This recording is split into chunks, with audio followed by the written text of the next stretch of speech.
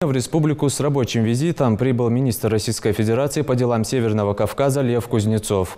В ходе протокольной встречи глава Ингушетии поблагодарил Льва Владимировича за поддержку множества проектов, реализованных в республике.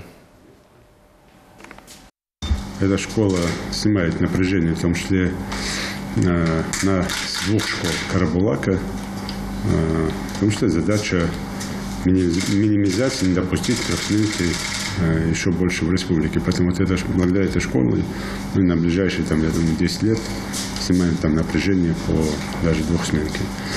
Одновременно мы сегодня открываем, в том числе, один из домов культуры. Это 5 домов из тех 8 домов культуры, которые мы в прошлом и в этом году открываем в республике. И вот один из них в сельском поселении Англии. Это тоже такой хороший центр притяжения для села, где просто в советское время не было таких объектов и проектов.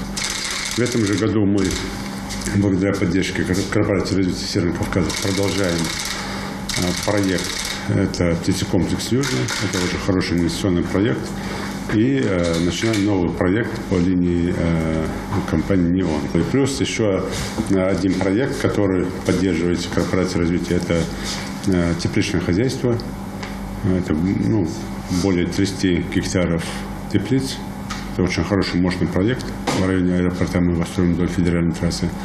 И здесь тоже корпорация обещает нас поддержать, нужно поддерживать этот проект. Поэтому хочу сказать спасибо большое.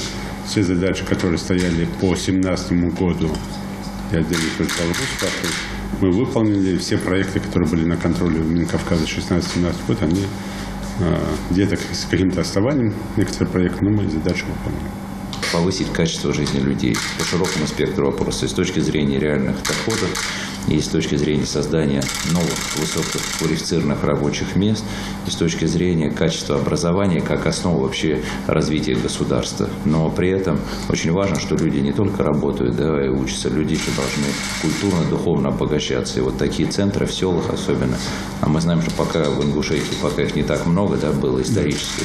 Это есть основа для того, чтобы давать республике, людям, живущим в республике, возможность для широкого условия развития.